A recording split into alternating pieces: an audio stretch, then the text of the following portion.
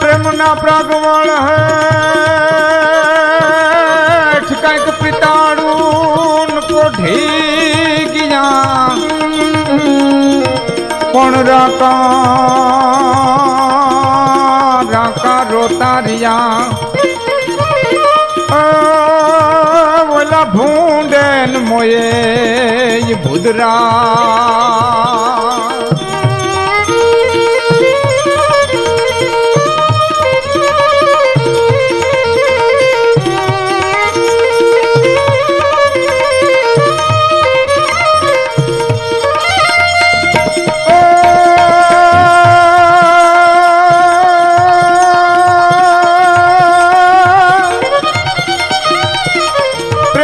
ઉમટે પૂર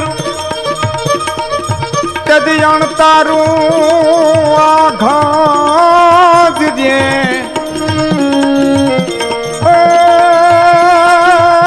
ઓલા તારિયા તાગલીએ ઓ પાપા ભમરિયું વિંધીન ભૂદરા પણ ઓલા તરિયા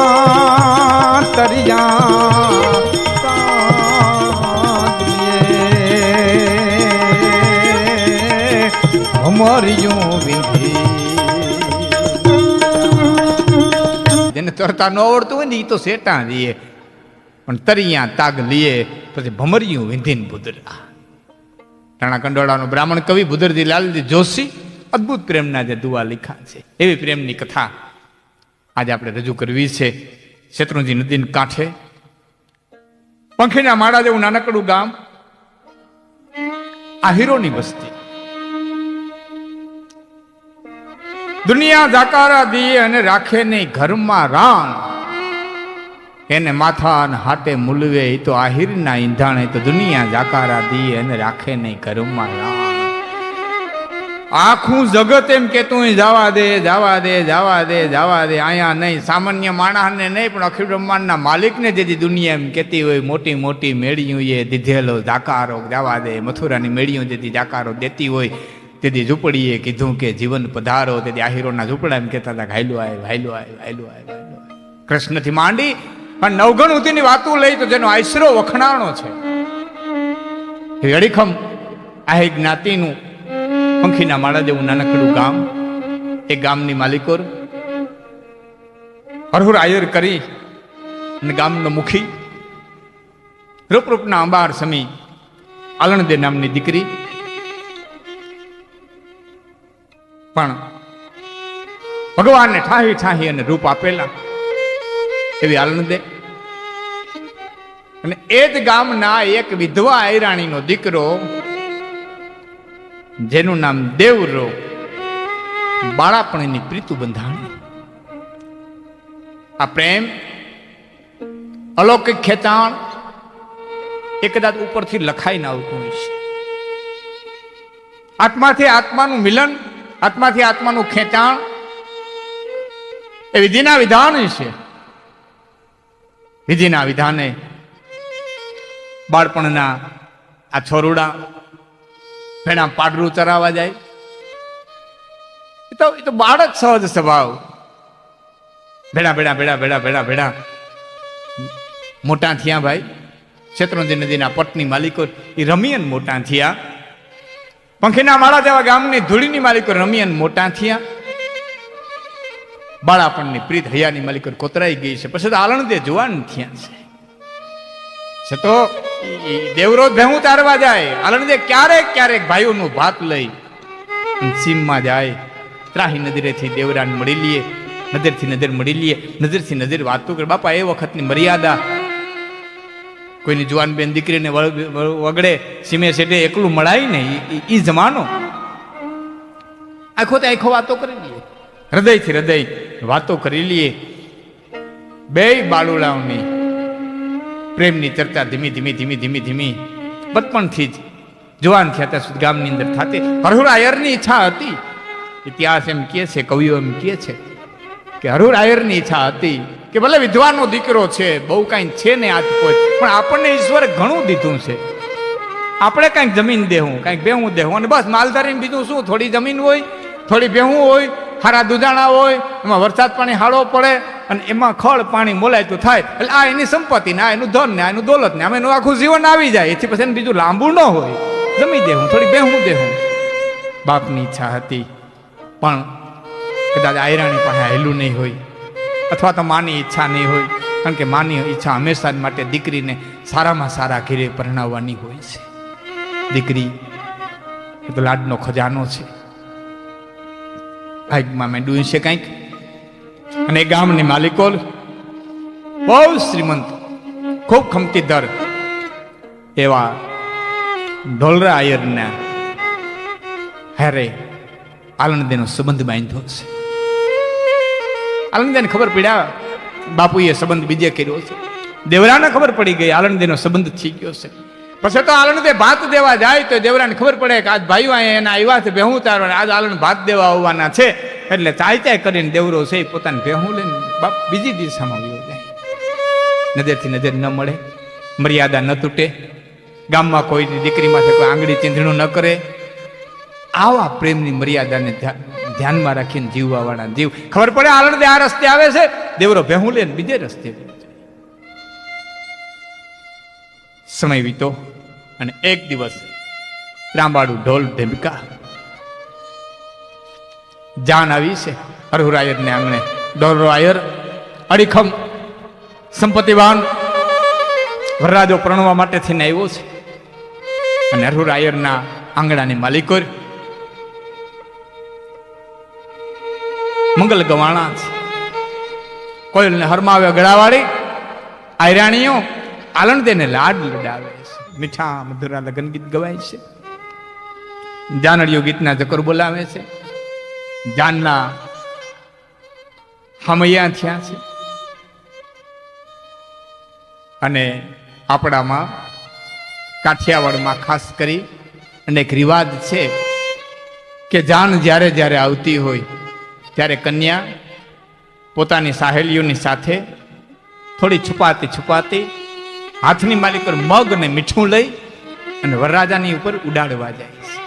સાહેલીઓનો ઓથ લઈ આલણે મગ મીઠું ઉડાડ્યા છે અને આમ પાછા વળ્યા છે. એ જાનના માણસોને જોયા છે અને પોતાના આવાસની બારી પાસેથી નજર પડી, દૂર મેલે ઘેલે લુગડે દેવરો ઊભો છે. આલણદેએ પોતાના ઘરની બારીએથી દેવરા હમું જોઈ અને એટલું કીધું છે, દેવરા કે ભાઠાડાય ભમે જન યા રૂપાળા આ ડોલરિયો થઈને તું માણીને માંડવ દેવરા એ ડોલરિયો થઈને તું માણીને માંડવ દેવરા. હે દેવરા, ઉધડા લુગડા પહેરી અને કેટલાય આયરું આવ્યા છે. આ તને મેલે લુગડે જોઈ મને દુઃખ થાય છે. દેવરા, તું ઉધડા લુગડા પહેરીને માંડવે આવ્યું ને બારીએ પાસે આવી. દેવરાએ એટલું કીધું તો આલણ હવે ભૂલી જા. વિધિના વિધાન કંઈક નોખા માંડ્યા છે આલણ, હવે ભૂલી જા એમ કહીને દેવરો હાલતો થઈ ગયો છે.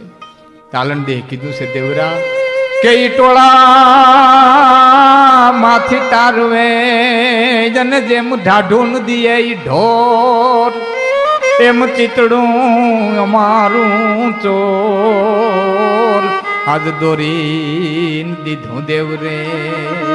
ટોળા માંથી તારવે જેમ ઢાઢું દિયે ઢોર.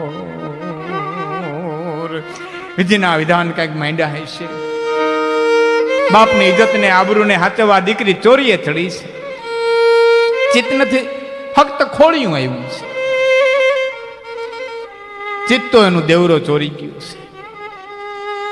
મંગળ ફેરા જાણે બે સુધીમાં ફરે છે. એને શુદ્ધિ નથી, તન મનની શુદ્ધિ નથી. પણ ચોરીના 4 આંટા ફેર્યા પછી કંસાર પીરસાણો. ખોબો ખોબો ઈ ચોખાનો લોટ અને ખોબો હાકર ને માથે આમ ત્રાંબાના કરશી આમ ઘી રેડાતું હતું. અને વરરાજાને કિનારે એવા રિવાજ હોય, આમ સુકન કરે એ કંસાર જમવાનું કહે. ત્યારે આલણદે કહે છે, બેનું દીકરીઓ સાંભળો કે ચોરીની આટા 4 અને હું તો ફળ તે દિલડે ફરી. પણ હવે કેમ જમું કંસાર, મારે દખ માને દેવરો. હું કેમ જમું કંસાર, હે મારે દખ રે માને દેવરો. દેવરાએ ખાધું ન હોય હું મીઠું મોઢું કેમ કરું? ચોરીના 4 આટા તો ફડફડતે દિલડે ફરી છું. જાન રવાના થઈ છે પરણી.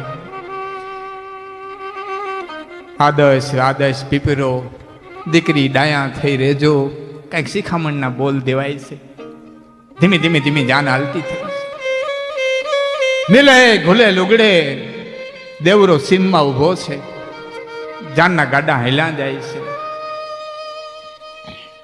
ત્યારે દેવરાના હામી લાદના ઘૂંઘટામાંથી આલણદેની નજર પડી અને દેવરાએ છેટે લાકડીના ટેકો લઈ કાને હાથ મૂકી અને જાણે હૃદયથી હૃદય વાત કરતો હોય છે, આત્માથી આત્મા વાત કરતો હોય છે.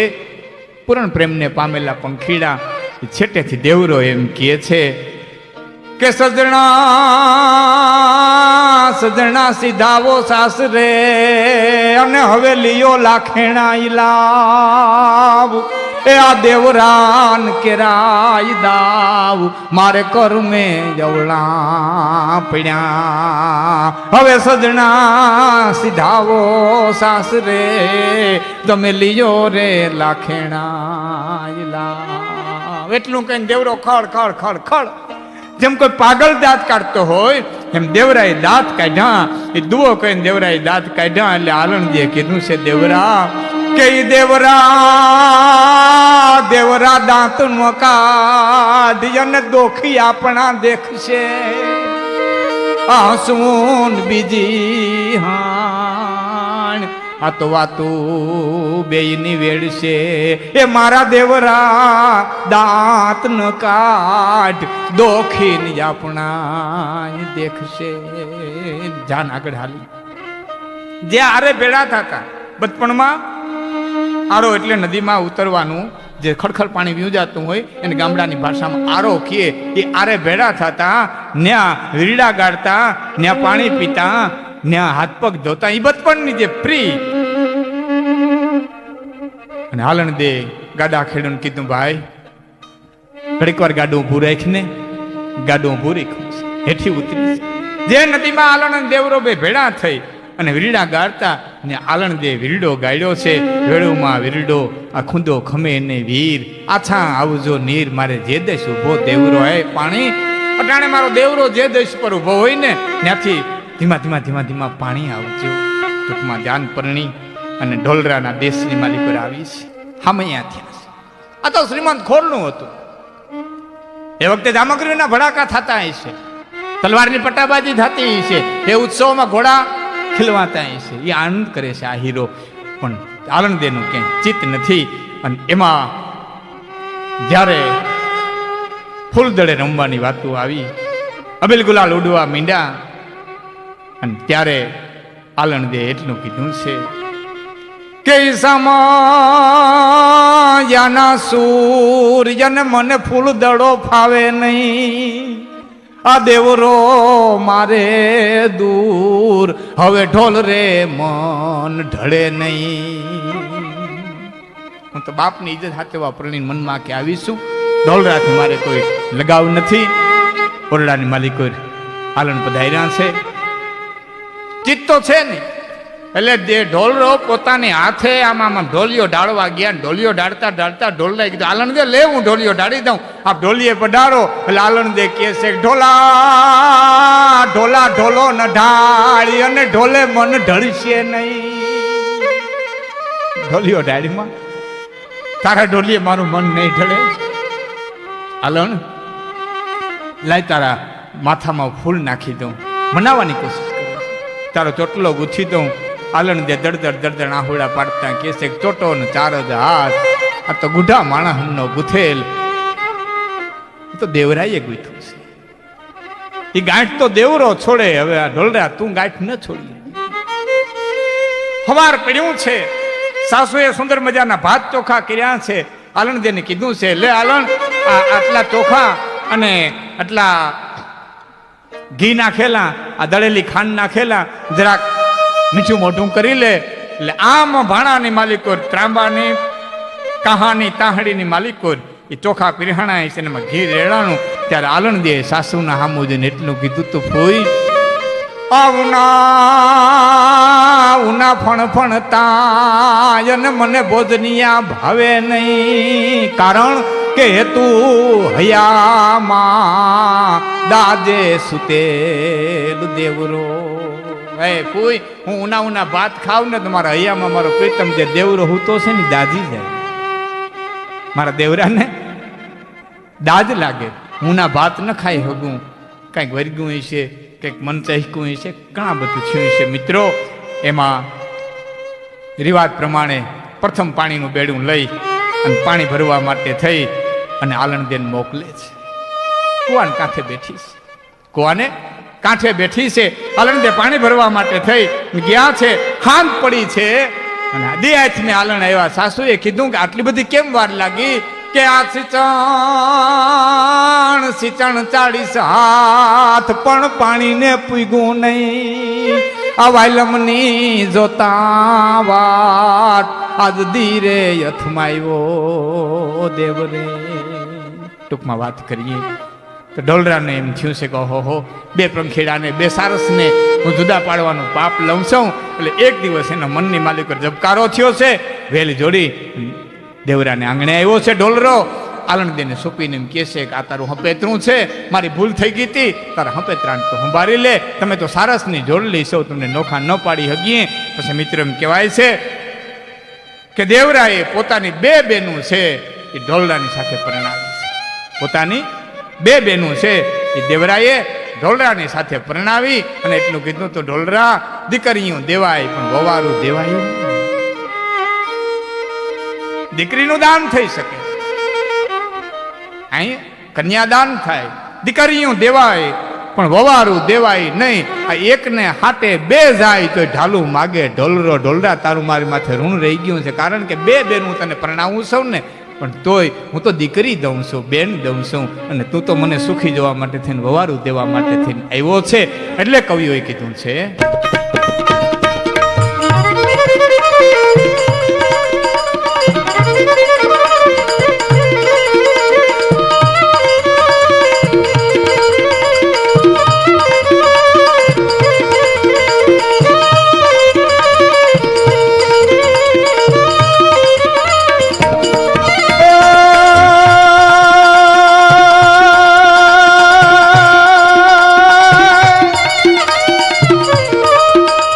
દીકરીઓ દેવાય બાપા વવારું દેવાય નહીં, પણ એકને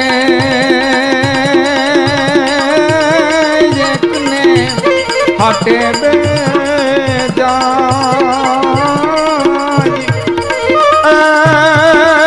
તો ઢાલું માગે ઢોલરો, પણ એકને હાટે 2 જાય. રે બાપા ઢાલું માગે.